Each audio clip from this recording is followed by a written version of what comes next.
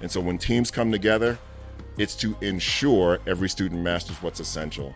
And so the first step is, have we identified essentials, whether you call them essentials or priority standards? And then the next step is to treat them like they're essential. And all of that's based on learning for all. Learning for all doesn't mean every student masters every target in the curriculum. It means every student masters what's essential.